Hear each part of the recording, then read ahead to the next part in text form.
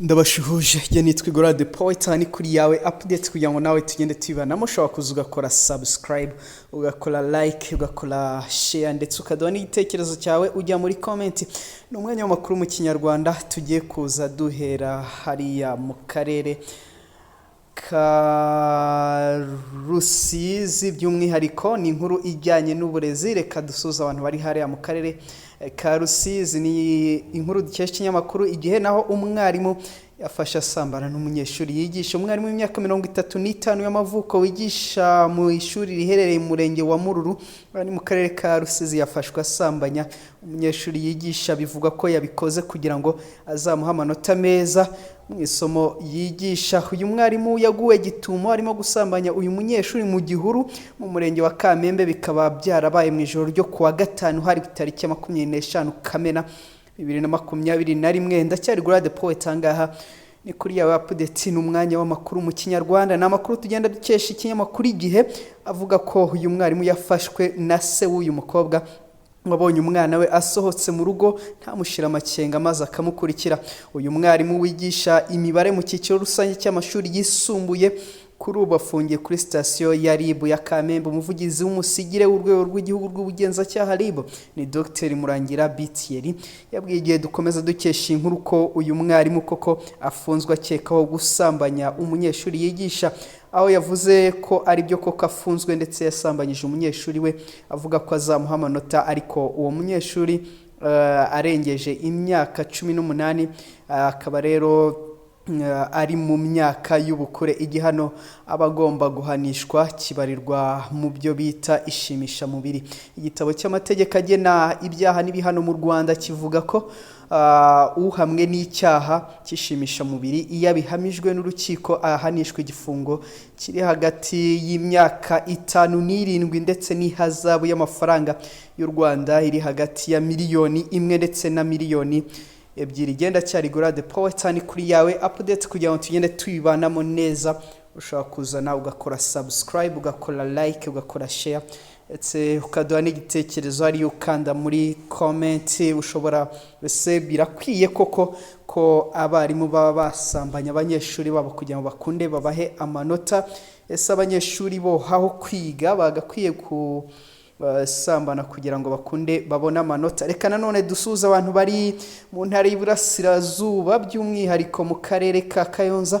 Ahangaha ndahita ndeba umusore witwa John hari ariko ngusuze cyane. Ahangaha turacyari kuri ya update igenda Igora the Poet. N'umwanya w'amakuru mu Kinyarwanda. Kayonza nuko abashumba bamaze kwica inzoka karahabutaka yari imaze kumira ihene nzima nkuko mugende bibona mu mafoto. Abashumba bo mu karere ka Kayonza mu murenge wa Murundi ni mu kagari ka Buhabwa bishe inzoka nini cyane yari imaze kumira ihene yose. Inzoka yishwe ku mugoroba kuri uyu wa mbere nkuko amakuru avugwa abyemeza. Ikaba yishwe n'abashumba nyuma yo kuyibona imaze kumira ihene. Ni inzoka nini ndende kandi ipima nibura hagati ya metero 5 na metero 6. Bakaba rero bayishe ubwo bayibonaga mu muhanda yambukiranya ijya kunywa amazi. Birumvikana ko n'icyaka cyari cyayirembeje. Uwatanze amakuru avuga ko nyuma yo kuyica bagasangamo ihene basanze itarakomereka ahantu na hamwe ngo ku buryo aribwo yari ikimara kuyimira. Bamwe mu babonye ibi twaganiriye batangaje ko ibi ari ibintu bidasanzwe kandi binatangaje, aho umuntu abona inzoka imira ihene yose.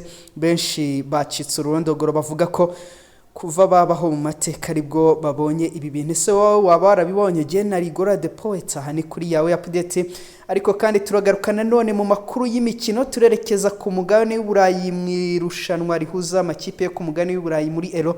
Ikipe y'igihugu y'Ubufaransa ifite igikombe cy'isi ikubiswe inshuro n'ikipe y'igihugu y'Ubusuwisi ni nyuma y'uko banganyije ibitego 3-3 iminota 120 yose ikarangira bakitabaza penalty. Ikipe y'igihugu y'Ubusuwisi yaje gukuramo ikipe y'igihugu y'Ubufaransa ikaba ari ikipe ya kabiri yo mu itsinda ryafatwaga nk'iry'urupfu ryarimo ikipe y'igihugu ya Portugal, ikipe y'igihugu y'Ubufaransa, ikipe y'igihugu y'Ubudage ndetse n'ikipe y'igihugu yindi ntari kwibuka neza, ariko ikipe ya Portugal yo yamaze gusezerwa n'ikipe y'Ububiligi ku gitego kimwe ku busa cyatsinzwe na Torgan Hazard, naho ikipe y'Ubufaransa byari bigeze ku minota igera kuri 80 gifite ibitego bitatu kuri kimwe cy'ikipe y'Ubusuwisi, ariko nyuma y'iyo minota baje kwishyura ibyo bitego ndetse barangiza iminota yose banganya, hanyuma batera penalty. Kabuhariwe Kylian Mbappe arangije irushanwa adatsinze igitego na kimwe muri Euro 2020, aho na penalty yayihushije hanyuma igihugu cye kigasezererwa gutyo cy'Ubufaransa. Genari Gora de Poet, iyi ni yawe update, ushobora kuza ukabana natwe ukora subscribe kugira ngo ujye ubona na notification uri uwa mbere mu bambere, ugakanda hariya ku kazogera, ugakunda ibyo dukora, ukanda kuri like ndetse ukabisangiza n'abandi, ukanda kuri share ndetse washaka no kuduha igitekerezo ukajya hariya muri comment ukacyandika, ndetse ushaka no kuduha inkuru idasanzwe ushobora kutwandikira kuri 0785444687 aba no kuri WhatsApp. Inkuru twabagezagaho ni inkuru y'Urusizi yuko hari umwarimu wasambanye n'umunyeshuri mwizeza kuzamuha amanota, ndetse muri Kayonza twababwiye ko ikiyoka rutura kishwe nyuma yo kumira ihene yose. Twagarutse n'ubundi hariya ku mugani w'Uburayi tubabwira ko ikipe y'igihugu y'Ubufaransa yakubiswe inshuro n'ikipe y'Ubusuwisi yaba Exanis Shakiri ndetse n'abazaka isezererwa gutyo murero. Reka mbashimire cyane, nakagaruka.